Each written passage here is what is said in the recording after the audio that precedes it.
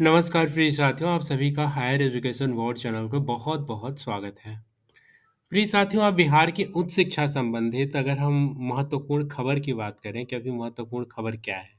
तो आप तो जानते हैं पहले तो ये नियुक्ति प्रक्रिया अजीब-सी सुसुप्तावस्था में चल रही है। एक तरफ तो आयोग के अध्यक्ष कह रहे हैं कि अप्रैल, मई, तो फरवरी, मार्च में इसको जल्द से जल्द खत्म कर देंगे और बहुत धीरे-धीरे सुस्त प्रक्रिया चल रही है, तो उस पे ख़ैर हम बात बाद में करेंगे। और इस वीडियो के सेगमेंट में कुछ ऐसा ख़ास उनके लिए भी है जिनकी ऑलरेडी जॉइनिंग हो चुकी है, जो असिस्टेंट प्रोफ़ेसर बन चुके हैं, उनके लिए विशेष सूचना है कि वो अपने एकेडमी को एनहांस कैसे कर सकते हैं और उनके लिए क्या ज़रूरी कदम है जो कि उनको उठाने चाहिए। लेकिन सबसे पहले हम देखते हैं कि आज की प्रमुख घटनाक्रम क्या है और इसके लिए आप सभी धन्यवाद के पात्र हैं। ऐसा मैं क्यों कह रहा हूँ? क्योंकि पहली बात तो आयोग को जो भी यहाँ से सूचनाएँ दी जाती हैं, वो आयोग त्वरित हायर एजुकेशन बोर्ड चैनल को सुनता है। इसके लिए आदरणीय अनिल सिन्हा सर को बहुत-बहुत धन्यवाद जो कि बोर्ड के सदस्य हैं और चीज़ों को त्वरित जाँच की प्रक्रिया में ले आते हैं। चाहे अशोक सर को भी बहुत-बहुत धन्यवाद जो आयोग के सचिव साहब हैं। वो भी चीज़ों को सुनते हैं और सूचनाओं को जल्द से जल्द संज्ञान में लेते हैं। उसी का ये परिणाम है आपके समक्ष देख पा रहे हैं, ये एक अभ्यर्थी हैं, जो कि डॉक्टर गौरी शंकर द्वारा एक भौतिकी विषय के अभ्यर्थी हैं। इनके जाँच करने के दरमियान ये पाया गया कि इनके सर्टिफ़िकेट फर्जी हैं। हायर एजुकेशन बोर्ड चैनल ने अन्य भी ऐसे बहुत सारे कैंडिडेट की ओर आपको इंगित किया है। उम्मीद की जाती है कि आने वाले भविष्य में अन्य भी इसी तरह आपके समक्ष ये सूचनाएँ इस तरह की देखने को मिलेंगी। मैं माननीय आयोग के सदस्यों से यही निवेदन करना चाहूँगा कि कृपया केवल 1-2 को ही आप टारगेट ना करें। ऐसे बहुत सारे अभ्यर्थी हैं जो इस तरह से कर रहे हैं। वैसे तो हायर एजुकेशन वर्ल्ड चैनल ने शुरू से इस बात का बहुत मजबूती से पक्षधर रहा है कि केवल एक्सपीरियंस सर्टिफ़िकेट के आधार पे तो अनुभव की जाँच की ही नहीं जा सकती। क्योंकि आप हर विश्वविद्यालय, हर कॉलेज, हर संस्था से तो क्रॉस वेरिफ़िकेशन कर नहीं सकते हैं।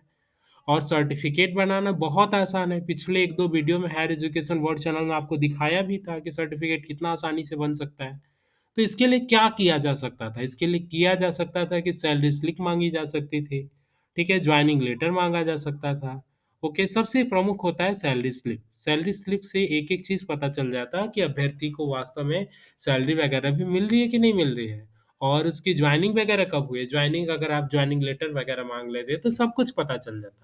लेकिन आप तो केवल एक एक्सपीरियंस सर्टिफ़िकेट माँगे। तो इस तरह के लूप होल्स तो नज़र आएँगे ना? यह तो लाज़मी है ना? यह तो बहुत देर से आपने इस तरह की चीज़ों को पकड़ा और न जाने किसने केमिस्ट्री में और न जाने किन-किन विषयों आपको क्या लगता है ये गौरीशंकर डॉक्टर गौरीशंकर जी का जो भौतिकी विषय के अभ्यर्थी हैं, ये केवल एक गौरीशंकर है? बहुत सारे ऐसे गौरीशंकर हैं जो कि आयोग की नज़रों से बच के नियुक्ति पा चुके हैं। अब ये अलग बात है कि आप अपना पल्ला झाड़ने के लिए ताकि कल को आयोग के कोई जवाबदेह अधिकारी ना फँसे इसलिए अब विश्वविद्यालयों पर आप अपना बागडोर उन्हें पकड़ा दिए। क्या कह रहे हैं कि विश्वविद्यालय जो है इनकी इंक्वायरी कराएँ और तब तक सैलरी ना दे जब तक कि इनकी इंक्वायरी अच्छे से ना हो जाए और जब तक ये इनकी प्रोबेशन पीरियड के दरमियान ही कहने का मतलब ये है कि सारे डॉक्यूमेंट वगैरह की जाँच कर ली जाए। मतलब आपने विश्वविद्यालय को ये ड्यूटी पकड़ा दी। अब ना जाने विश्वविद्यालय कितनी संजीदगी से इन सब चीज़ों की जाँच करेंगे। एक तो विश्वविद्यालय स्वयं ही अपाहिज है, अपने जो निजी कार्य हैं उसको तो अच्छे से कर नहीं पाते हैं, एकेडमिक ईयर इतना पीछे है, सेशन ईयर इतना पीछे है और वो कहाँ से ही इंक्वायरी कर पाएँगे, उनको फुर्सत कहाँ है और इंक्वायरी करेगा कौन?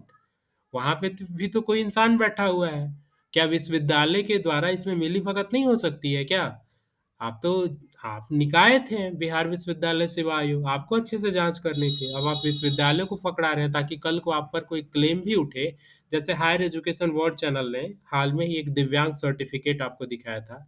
एक ऐसे दिव्यांग के अभ्यर्थी के बारे में दिखाया था जो कि गूंगा और बहरा है, जबकि वो पढ़ा रहे हैं, बोल रहे हैं, सुन रहे हैं, देख रहे हैं, सब कुछ कर रहे हैं और दिव्यांग सर्टिफ़िकेट उन्होंने बना रखा था। और ऐसे-ऐसे न जाने कितने दिव्यांग होंगे। कितने दिव्यांगों के मात्र फर्जी सर्टिफिकेट के आधार पे अपना चयन पा लिए होंगे दिव्यांग कैटेगरी में। इसी तरह एक्सपीरियंस वाले न जाने ऐसे कितने होंगे। तो आपको ये जाँच करनी थी ना, ये जाँच आप ना करके आपने आयोग विश्वविद्यालय के पल्ले पकड़ा दिया। अब ना जाने विश्वविद्यालय इसको कितना सीरियसली लेकर के इसको जाँच करेगी। खैर उम्मीद करते हैं कि आने वाले समय में आप चीज़ों की अच्छे से जाँच करेंगे। एक चीज़ और प्रमुख रूप से नज़र आया है जैसे कि रिसर्च पेपर अनुभव के साथ-साथ एक रिसर्च पेपर प्रमुख मसला था। हायर एजुकेशन वर्ल्ड चैनल ने साइकोलॉजी विषय की जब नियुक्ति प्रक्रिया शुरू होने वाली थी, उस समय प्रमुखता से इस चीज़ों के लिए आवाज़ उठाई थी और आपके क्लर्क और आपके आयोग संबंध में सबसे बात भी हायर एजुकेशन वर्ल्ड चैनल ने किया था। परिणाम ये हुआ कि साइकोलॉजी विषय में किसी भी अभ्यर्थी का रिसर्च पेपर नहीं काटा गया। इवेन अगर अभ्यर्थी ने ऐसे भी लिख कर के दिया था, यूनिवर्सिटी के जो प्रोसीडिंग जनरल होता है, जो कि बुक होता है, अगर उसमें भी पेपर किसी प्रकार का छपा था, जस्ट लाइक एसे की तरह भी, उसको भी आपने एक्सेप्ट किया था। उसको भी आपने एक्सेप्ट किया था, उसपे भी नंबर दिया था। लेकिन अन्य विषयों में अजीब ढंग से आप कृत्य कर रहे हैं। मतलब क्वालिटी वाले लोगों को आप छाँट दे रहे हैं। ये तो बिल्कुल गलत है और आयोग को सोचना चाहिए ऐसे अभ्यर्थी जब कोर्ट केस करेंगे तो उसमें आप क्या जवाब देंगे? जैसे एक हम उदाहरण लेते हैं, जैसे मुकेश कुमार सिन्हा जी, ये फिज़िक्स के अभ्यर्थी हैं। इनका पिछली बार हायर एजुकेशन बोर्ड चैनल द्वारा वीडियो भी दिखाया गया था। इन्होंने आरटीआई माँगा कि मेरे शोध आलेख क्यों काटे गए हैं? तो आपने क्या कहा कि doubtful paper, not matched with online. अब बताइए, आपने क्या कहा कि यह पेपर डाउटफुल है और ये ऑनलाइन मैच नहीं कर रहा है, नॉट मैच्ड विथ ऑनलाइन। जबकि मैंने हायर एजुकेशन वर्ल्ड चैनल ने एक-एक पेपर के लिंक को, मतलब जो-जो जिस-जिस में पत्रिका में छपा हुआ था, उस पत्रिका के नाम को गूगल क्रोम पे सर्च करने के बाद लिंक पे गया हायर एजुकेशन वर्ल्ड चैनल, तो पाँचों के पाँचों जर्नल ऑनलाइन अवेलेबल हैं। और आप क्या कह रहे हैं कि ये डाउटफुल पेपर है, ये ऑनलाइन से मैच नहीं कर रहे हैं। मैं इस चीज़ को हायर एजुकेशन बोर्ड चैनल के यहाँ पर दिखा सकता था पब्लिक डोमेन में। लेकिन चूँकि मुकेश कुमार सिन्हा जी को माननीय न्यायालय हाई कोर्ट में इस चीज़ को एविडेंस के रूप में प्रस्तुत करना है लिंक बाय लिंक, तो वो चीज़ें यहाँ पर पब्लिक डोमेन में नहीं दिखाई जा रही है, चूँकि उसको माननीय न्यायालय में प्रस्तुत करना है कि कैसे किस-किस प्रोसीजर से वो जाकर के आराम से सर्च कर सकते थे। गूगल क्रोम पे सामान्य तौर पे वो रिसर्च पेपर का नाम लिख कर के और वहाँ पे आर्चिव जनरल में जाकर के वो देख सकते थे और कह रहे हैं कि डाउटफुल पेपर है, नॉट मैच्ड विथ ऑनलाइन। तो इस ये क्या आप कर रहे हैं? अगर ऐसे आप करेंगे, तो माननीय न्यायालय में कैसे आप अपने आप को बचा पाएँगे? तब तो पूरी नियुक्ति प्रक्रिया पे सवाल खड़ी होगी। इसी तरह के एक और आरटीआई है, इसमें आपने क्या जवाब दिया कि शोध आलेख में इसमें क्या कहा? All papers have not mentioned of place of work और एड्रेस ऑफ सुपरवाइज़र। खैर चलिए, इस पेपर को मैंने एग्ज़ामिन किया, थोड़ी हद तक इसमें लगा कि नहीं आपने कुछ अच्छा किया है। ये चीज़ मुझे बड़ा ताज्जुब होता है कि साइकोलॉजी में हायर एजुकेशन वर्ल्ड चैनल ने आवाज़ उठाई, आपने क्या किया कि ऐसे तक को भी काउंट कर लिया। मतलब ऐसा एक भी कैंडिडेट साइकोलॉजी में नहीं मिलेगा जिसके पेपर पर नंबर काटे गए हों। आप सभी भी किसी न किसी कैंडिडेट से जुड़े होंगे, प्रिय अभ्यर्थियों जो मेरी आवाज़ सुन रहे हैं। आप पूछिएगा किसी भी साइकोलॉजी के कैंडिडेट से, एक का भी नंबर नहीं कटा होगा। मतलब हायर एजुकेशन वर्ल्ड चैनल ने आवाज़ उठाई तो इसका मतलब यह तो नहीं था कि आपको पेपर की एग्ज़ामिन अच्छे से नहीं करनी थी।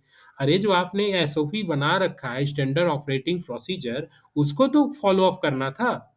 उसके अनुसार आपको देखना था। लेकिन आपने साइकोलॉजी में क्या किया कि आँख बंद करके सबको रिसर्च पेपर में नंबर दे दिया। चलिए, उससे कई लोगों का कल्याण हो गया। लेकिन अन्य विषयों में क्या कर रहे हैं? अन्य विषयों में एक-एक चीज़ माइन्यूटली ऑब्ज़र्वेशन कर रहे हैं। वेरी गुड, बहुत अच्छी बात है। लेकिन प्रश्न ये उठता है कि ये ऑब्ज़र्वेशन आप किसी स्पेसिफ़िक विषय में करेंगे और किसी में नहीं करेंगे। तो ये तो फिर एसओपी जो आपने बना रखा है, स्टैंडर्ड ऑपरेटिंग प्रोसीजर, उसका तो ये कहीं न कहीं धज्जिया उड़ाना हुआ। आपको तो समान प्रोटोकॉल सब में फ़ॉलो अप करना है ना? साइकोलॉजी में, सोशियोलॉजी में, फिज़िक्स में, केमिस्ट्री में, ज़ूलॉजी में, बॉटनी में। ऐसे तो नहीं होगा ना कि किसी कारण से आप साइकोलॉजी में ले लेंगे और किसी कार वही सेम कारण से आप जो है अन्य विषयों में छाँट देंगे। अब यहाँ पे जो छाँटा गया, अजीब-सा लॉजिक है। इस अभ्यर्थी के भी मैंने रिसर्च पेपर को देखा था। तो यहाँ पे अभ्यर्थी ने अपने नाम के साथ-साथ स्कूल का नाम दे दिया था। अभ्यर्थी स्कूल टीचर है। तो इससे आप सभी भी सीख ले लीजिए, जो भी नए रिसर्चर या फिर नए एप्लीकेंट जो आने वाले भविष्य में रिसर्च पेपर अपना पब्लिश कराने वाले हैं, वो ध्यान रखें कि जब भी अपना पेपर पब्लिश कराएँ, तो वहाँ पे नीचे में अपने एफ़िलिएटेड विश्वविद्यालय का नाम दें, जहाँ से आपका एफ़िलिएशन है। ठीक है? मतलब लास्ट टाइम आपने अगर पीएचडी कर रखा है, तो उस विश्वविद्यालय का नाम दें। जैसे मान लीजिए आपका नाम सोहन है, तो डॉक्टर सोहन कुमार, और अगर एफ़िलिएशन मान लीजिए आपका पटना यूनिवर्सिटी से है, तो नीचे आप लिखिएगा पटना यूनिवर्सिटी, जो भी डिपार्टमेंट है, डिपार्टमेंट लिखने के साथ ईमेल आईडी देने के साथ इस तरह से पेपर पब्लिश कराइएगा। ठीक है? इन अभ्यर्थी ने क्या किया था कि स्कूल टीचर थे, तो उन्होंने अपने स्कूल का ज़िक्र किया। लेकिन प्रॉपर उन्होंने अपना मेंशन नहीं किया था जिस विश्वविद्यालय से जुड़े हुए थे, मतलब जिस विश्वविद्यालय से उनकी डिग्री प्राप्त हुई थी। तो इस तरह से मतलब उनका नंबर आपने काट दिया। सुपरवाइज़र का भी इसी तरह उन्होंने कुछ डिटेल्स नहीं देकर रखा था, तो इसलिए नंबर काट दिया। तो मतलब अजीब-अजीब सी चीज़ें नज़र आ रही हैं नंबर काटने के पीछे, तो इन सब चीज़ों का आप सभी ध्यान दीजिएगा आने वाले भविष्य में। और कुछ 1-2 और सुझाव हैं, आने अन्य विषयों में मतलब किन-किन आधारों पे नंबर काटा जा रहा है। तो देखिए आयोग एक साइटेशन अनिवार्य रूप से देख रहा है कि साइटेशन आपका ज़रूर होना चाहिए। आप कहेंगे साइटेशन क्या होता है? आप देखते होंगे कई रिसर्च पेपर में जो बीच-बीच में कोट में जैसे कोस्ट में जैसे आप यहाँ पे देख पा रहे हैं ना, क्या लिखा है? Bihar state university service commission और कोस्ट में क्या लिखा है? बीएसयूएससी। तो आप देखेंगे कई रिसर्च पेपर में ऐसे कोस्ट में करके जहाँ से उठाया गया वो उस चीज़ को मेंशन कर दिया जाता है। मान लीजिए आपने उठाया है किसी सोहन नाम के व्यक्ति के रिसर्च आर्टिकल का जो कि 2009 में पब्लिश है। तो इसी तरह से वो जो उसका लाइनिंग है वो लिखा रहता है और कोस्ट में क्या लिख दिया जाता है सोहन कॉमा 2019 ठीक है? तो इसको साइटेशन कहते हैं और सोहन 2019 का डिटेल्स कहाँ मिलेगा? रेफरेंस में मिलेगा। तो दैट इज़ कॉल्ड साइटेशन। तो इस तरह से आपके हर एक पेपर में साइटेशन होना चाहिए। हर पेपर में साइटेशन का प्रक्रिया अलग-अलग होता है। कई जगह ऊपर में जैसे कमीशन खत्म हो रहा है ना, तो यहाँ पे ऊपर में कई जगह 1 लिखा रहेगा।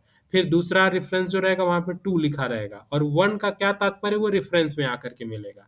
तो इस तरह से आप रेफ़रेंस प्रॉपर दीजिएगा, नहीं तो ये नंबर आपका काट देंगे। ओके?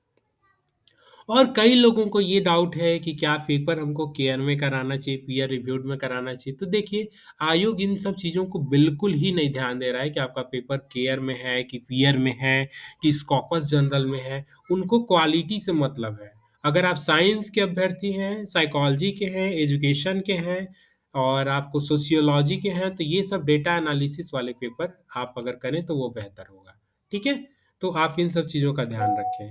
तो इन्हीं सब चीज़ों को ध्यान रखते हुए आप पेपर पब्लिश करें ताकि आपके आने वाले भविष्य में पेपर काउंट हो। डिटेल मदद के लिए आप higher education world at the rate 2022 at the rate Gmail dot com को ईमेल भी कर सकते हैं आपको रिसर्च पेपर के संबंध में अगर किसी प्रकार की सहायता वगैरह की ज़रूरत होगी तो। आगे हम बढ़ते हैं जो ज्वाइन असिस्टेंट प्रोफेसर है उनके लिए मैं ये आपके समक्ष एक चीज़ लेकर के आया था। देखिए आपके पास एक गोल्डन अपॉर्च्युनिटी है ओरिएंटेशन कोर्स करने का एक सुनहरा मौका है। ठीक है? ओरिएंटेशन कोर्स क्या होता है? तो ये जितने भी असिस्टेंट प्रोफेसर ग्रुप में जॉइन कर लिए हैं, उनको अपनी एकेडमिक एनहांस करने के लिए, ठीक है? प्रोबेशन पीरियड को कंप्लीट करने के लिए ये सब चीज़ें कुछ कोरम होती हैं, उसे पूरा करना होता है, जिसमें कि ओरिएंटेशन कोर्स वगैरह होता है। ये देखिए Malviya mission teachers training programme के तहत ये सारे ओरिएंटेशन, रिफ्रेशर कोर्स वगैरह कराए जाते हैं। ये देखिए 7 से 16 दिसंबर 2024 को है। देखिए ओरिएंटेशन कोर्स ना ये देश भर में होते रहता है। अमूमन ये सब ओरिएंटेशन कोर्स ऑनलाइन होते हैं। जैसे कि ये भी आप ओरिएंटेशन कोर्स देख रहे हैं, ये ऑनलाइन ओरिएंटेशन कोर्स है। ओके? ये कहाँ पे हो रहा है? तो आप देख पा रहे हैं, ये शायद वाराणसी में हो रहा है। ओके? और आप इसमें चाहें तो भाग ले सकते हैं। अच्छा, इसमें देखिए इसके लिए लिंक यहाँ पे दे रखा है। इस लिंक को सॉरी प्रयागराज में हो रहा है। आप देख पा रहे हैं ईश्वर शरण पीजी कॉलेज प्रयागराज यानी इलाहाबाद में ये वर्कशॉप ये ओरिएंटेशन कोर्स हो रहा है। इसमें भाग लेने के लिए सिंपली इस लिंक को टच करना है और लिंक को जैसे ही टच करेंगे तो आप मालवीय मिशन की वेबसाइट पे आ जाएँगे और यहाँ पर आने के बाद आपको रजिस्टर करना होता है, ठीक है? आप अपना यहाँ पे रजिस्ट्रेशन कर लेंगे, इसके बाद फिर लॉगिन करके आप वेबसाइट को खोल लेंगे। अच्छा नीचे में आएँगे तो देखिए यहाँ पे ओरिएंटेशन कोर्स के प्रोग्राम की डिटेल्स दिए हुए हैं। ओके, इसके माध्यम से आप देख पाएँगे जो-जो आप जिस मंथ में चाहें सदा होते रहता है। ऐसा नहीं है कि ये कभी-कभी होता रहता है, ये सदा होते रहता है। जैसे मान लीजिए अभी हम बिहार में ही देखते हैं कि ये IIT techno Indian institute of technology Patna IIT के द्वारा हो रहा है। ये कित कौन-कौन होने वाले हैं तो देखिए यहाँ पे आएँगे डिटेल में तो यहाँ पे देख पाएँगे 16 से 27 दिसंबर, फिर जनवरी में है, फरवरी में, मार्च में, ओके? तो इस तरह से सदा होते रहते हैं। आप जहाँ चाहेंगे वहाँ पे रजिस्ट्रेशन आप करा करके इसके लिए अप्लाई कर सकते हैं, ओके? इन सब चीज़ों को देख लीजिएगा, मुझे लगा ये आपके लिए रेलेवेंट है इसलिए बताना ज़रूरी है। चलिए, हायर एजुकेशन वर्ल्ड चैनल पे आखिर तक बने रहें इसके लिए बहुत-बहुत धन्यवाद और उम्मीद करते हैं कि चैनल पर जो भी इस तरह की प्रमुख घटनाक्रम दिखाई जाती है, आयोग उसको ज़रूर संज्ञान में लेगा और हायर एजुकेशन बोर्ड चैनल द्वारा ईमेल के माध्यम से एक ही अभ्यर्थी नहीं, बहुत सारे अभ्यर्थियों की गुप्त सूचना दी गई है, जिनके फर्जीवाड़े के बारे में बताया गया है। आपने लिखा तो है कि अन्य प्रमाण पत्रों की जाँच चल रही है। मुझे भी इसका इंतज़ार रहेगा कि आप अन्य प्रमाण पत्रों में हायर एजुकेशन बोर्ड चैनल द्वारा जो-जो सर्टिफ़िकेट या जो-जो इन्फॉर्मेशन दी गई है, उनमें से और कितने लोगों को आप संज्ञान में लेते हैं। ठीक है? तो आपके संज्ञान का इंतज़ार रहेगा कि आप कितना संज्ञान में लेते हैं और आपने इन सब चीज़ों को ध्यान दिया, इसके लिए आपका बहुत-बहुत धन्यवाद। पहले तो फर्जीवाड़े का आप कहीं कोई संज्ञान भी नहीं लेते थे और ये तो पहली बार प्राथमिकी दर्ज की गई है। हायर एजुकेशन बोर्ड चैनल ने पुरज़ोर तरीके से बार-बार कहा कि एटलीस्ट प्राथमिकी दर्ज होनी चाहिए, किसी की जवाबदेही तय होनी चाहिए। तो ये अच्छा है, आयोग की जवाबदेही तय ना हो इसलिए अभ्यर्थी की जवाबदेही तय हो रही है। आयोग की भी जवाबदेही तय होनी चाहिए, पूर्ण रूप में पूर्ण पू पहले में जिनका-जिनका फर्जी तरीके से चयन हुआ है, अगर आपने इंक्वायरी अच्छे से नहीं किया है या फिर गलत तरीके से अगर किसी का आपने चयन नहीं किया है, जैसे अभी-अभी मैंने दिखाया है, आपने कहा कि मिसमैचिंग है, जबकि ऑलरेडी उस अभ्यर्थी का सब कुछ पब्लिक डोमेन में विज़ुअल है, मुकेश कुमार सिन्हा जी का। अब ये तो माननीय न्यायालय तय करेगा, कौन गलत है, आप गलत हैं या फिर अभ्यर्थी ही गलत है, अभ्यर्थी का ही मिसमैचिंग है। तो चलिए, आने वाले समय में सभी चीज़ें डिटेल्स में आपको पता चलेगी। अच्छा, कई लोगों की ये दिलचस्पी है कि जो सुप्रीम कोर्ट में कोर्ट वगैरह केस चल रहा है, उसकी क्या अपडेट है? तो देखिए, मैं आप सभी को यही कहना चाहूँगा, सुप्रीम कोर्ट में जो भी अभ्यर्थी पार्टी के रूप में वहाँ पे गए हुए थे, उसमें से कुछ लोगों का तो चयन भी हो चुका है। फिज़िक्स के जो मेन अभ्यर्थी थे, जिनका कि ऑलरेडी चयन हो चुका है, मैं नाम नहीं लूँगा, लेकिन जो जो सुप्रीम कोर्ट में गए हुए थे, उसमें कई कैंडिडेट का चयन हो चुका है। तो आप अपने से सोचिए, जो कैंडिडेट शुरू में माननीय न्यायालय में जाते हैं ताकि ये नियुक्ति प्रक्रिया रुके, उनको ऐसा संदेह होता है कि शायद उनका चयन नहीं होगा और बाद में अगर उनका चयन हो जाता है, तो फिर इस केस में क्यों ही वो दिलचस्पी लेंगे? वो तो उल्टा चाहेंगे कि केस जल्दी से जल्दी कैंसल हो, डिसमिस हो वगैरह-वगैरह। इसलिए इसकी संभावना बहुत नगण्य है कि सुप्रीम कोर्ट में कुछ ऐसा पॉजिटिव अपडेट देखने को मिलेगा। पॉजिटिव उनके लिहाज से जो इस नियुक्ति को कैंसल कराने के पक्षधर हैं। ओके? अच्छा, चलते-चलते एक बात और कर लेते हैं कि क्या आने वाले समय में नियुक्ति प्रक्रिया बहुत जल्द देखने को मिलने वाली है? तो देखिए, ये एक शिगूफा है, जो कि कुछ यूट्यूब चैनलों द्वारा, यूट्यूबर के द्वारा इस तरह की हवा उड़ाई गई है, हवाबाज़ी की गई है और कुछ बढ़-बढ़ के आयोग के सदस्यों द्वारा भी हम कहेंगे कि बोला गया है। क्योंकि मैंने सरकार के आला अधिकारियों से या फिर सरकार का इसके पक्ष में जवाब जानना चाहा, तो ऐसा कुछ भी कहीं भी ना इसके संबंध में अभी रोस्टर क्लियर हुआ है, ना ही नई नियुक्ति के बारे में कोई सरकार के द्वारा ऐसी अल्टीमेटम ली गई है। हाँ, ये सूचना ज़रूर है कि आने वाले समय में नियुक्ति दिखेगी, लेकिन कितनी सीटें होंगी, क्या होंगी, कब होंगी, इसके बारे में कोई सूचना नहीं है। इसलिए अभी केवल ये हवा-हवाई पुलिंदा है कि नियुक्ति आ रही है, आ रही है, आ रही है। देखते जाइए कब आएगी, इसकी संभावना बहुत कम है कि 2, 3, 4 महीने में आने वाली है। अगर संभवतः आएगी भी तो शायद सितंबर, अक्टूबर आपको देखने को मिल सकता है, चूँकि आचार संहिता भी चुनाव का उसी समय लगने वाला है। तो सरकारें अमूमन उसी समय जगती हैं जब नियुक्ति प्रक्रिया आने वाली होती है। खैर चलिए देखते हैं, अगर पहले आ जाती है तो बहुत अच्छी बात है। आप हायर एजुकेशन बोर्ड चैनल पर आखिर तक बने रहें, इसके लिए आपका बहुत-बहुत धन्यवाद और एक चीज़ मैं और कहना चाहूँगा, हायर एजुकेशन बोर्ड चैनल के माध्यम से कई विषयों के बहुत सारे अभ्यर्थियों को लाभ मिला है, चूँकि वो मॉक इंटरव्यू में पार्टिसिपेट किए हैं और उनको बहुत सारी चीज़ें बेनिफिट रहीं, उनको पता चला कि कैसे-कैसे इंटरव्यू चलता है, उनकी क्या-क्या कमियाँ रही हैं।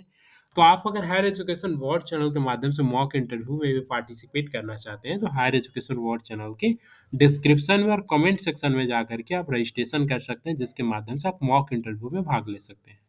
चैनल पे आखिर तक बने रहें, इसके लिए आपका बहुत-बहुत धन्यवाद और उम्मीद करते हैं हायर ये आयोग जो है सभी चीज़ों को, सभी पहलुओं को गंभीरता से लेगा, संज्ञान में लेगा और नियुक्ति प्रक्रिया को जितना जल्द से जल्द हो इसको समापन करेगा।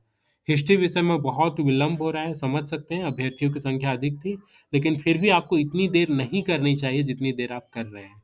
अतः आपसे निवेदन है कि जल्द से जल्द हिस्ट्री विषय की औपबंधिक सूची के बाद जो दूसरी सूची होती है, उसे जल्द से जल्द जारी करें। हायर एजुकेशन वर्ल्ड चैनल पे आप सभी आखिर तक बने रहें, इसके लिए बहुत-बहुत धन्यवाद। Thank you so much.